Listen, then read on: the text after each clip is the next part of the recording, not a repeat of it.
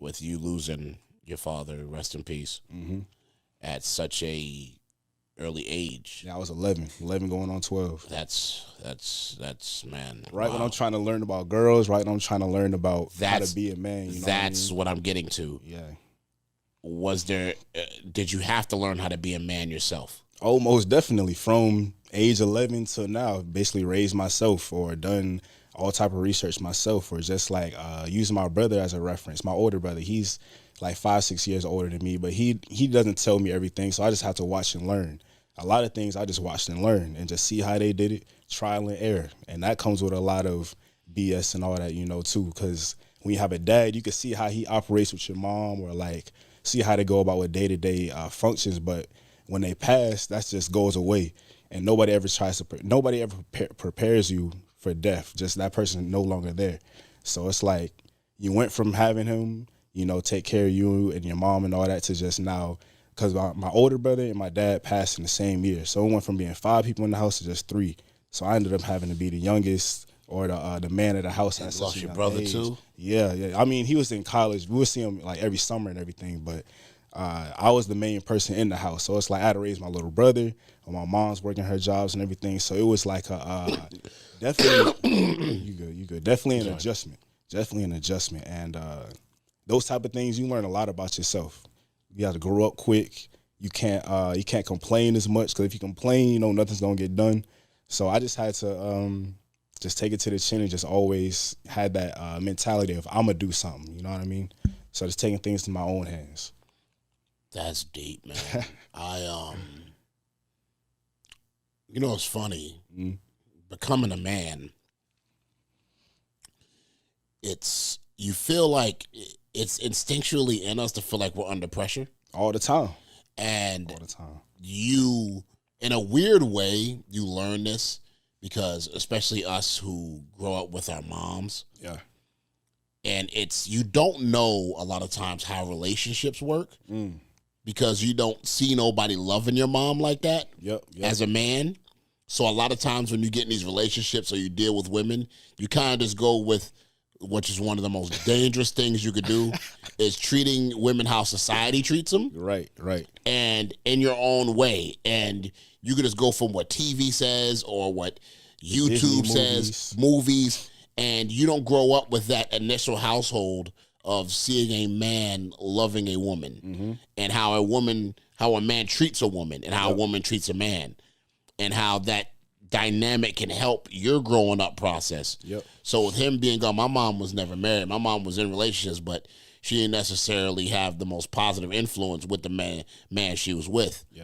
So I didn't really get that understanding of how to treat women. I completely understand. And it's tough. Yeah, you can only learn from what you just said. The media, and then the music is the worst part, you know what I mean? And you know, grew up listening to Dipset, Lil Wayne, and da-da-da-da-da. So how can we learn how to treat a woman from what they be saying and stuff? So it's like, and you learn through trial and error, wasting a lot of time through experience. Experience is the best teacher. Absolutely, and that comes with a lot of pain. So much. It comes with a lot of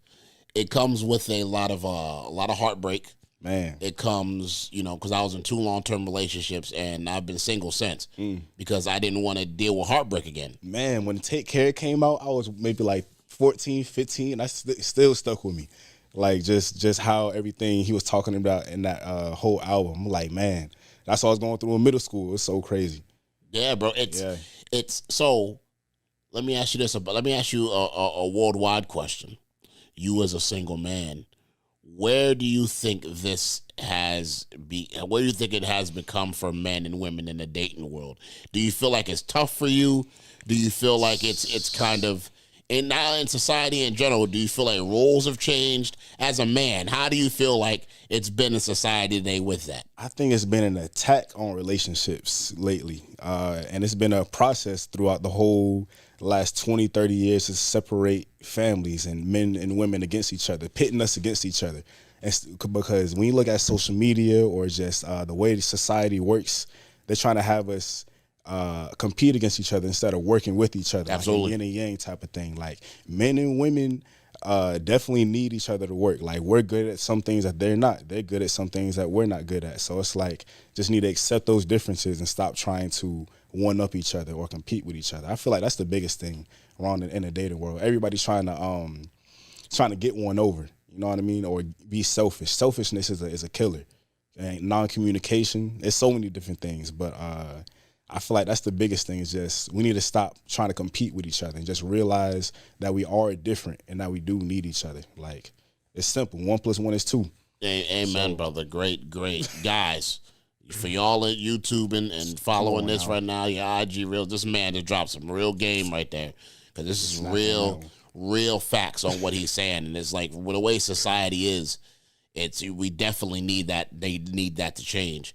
So now, with you being in the world, and you not only being in the dating world, but you being an athlete and you being a star that has exposure, talk about where it is now compared to back then, in the sense of Kevin Knight being comfortable with who he is. Do you feel like now in the sense of who you are, now you have exposure, you've been on TV, you travel the world each and every month, you're out of here, you're all over the world. Now Kevin, the football player, is different from the Jet Kevin Knight. It's almost, it's becoming a whole new extension of who you are. Do you feel comfortable now with it? Do you feel comfortable now in your spirit as it's growing? I feel like you know them those superhero movies where the superhero is just now realizing their powers. They're not trying to shy away from it. At first they were scared of their power, but they're trying to learn and see how to use their powers or whatever. I feel like that's where I'm at in my part of the movie. I'm just like, oh dang, I didn't know I could do this. Oh, I didn't know I could do this, because I felt so I will always down myself, but now I'm believing in myself, becoming more comfortable in my own skin. So it's like, oh, I could do this, I could do that. How do I handle this? How do I harness my own power? So I'm just in the process of seeing when's too much, when's too little, when should I speak up, when should I, everything's about timing. So that's where I'm at in my career of the difference of Kevin, the football player, and Kevin, the Jet Knight, you know what I mean?